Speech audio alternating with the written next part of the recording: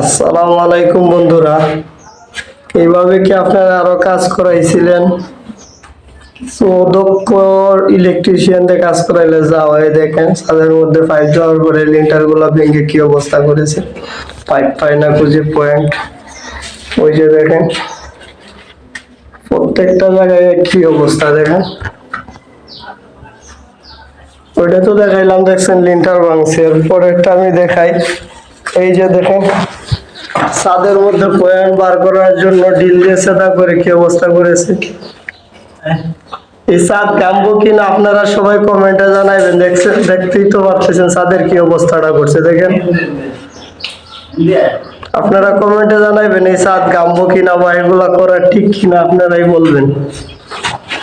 আর এই যে দেখেন, এখানে যেহেতু তিনটি পাইপ একটি বোর্ডে লাইন নামবে, এখানে উপরে একটি জয়েন্ট বক্স দিয়ে 1 ইঞ্চ একটি পাইপ সুইচ বোর্ডে নিয়ে আসলে হইতো, কিন্তু এখানে যে দেখেন তিনটি পাইপ নিচে আনার জন্য ব্যবস্থা করছে, গ্রুপ কাটছে।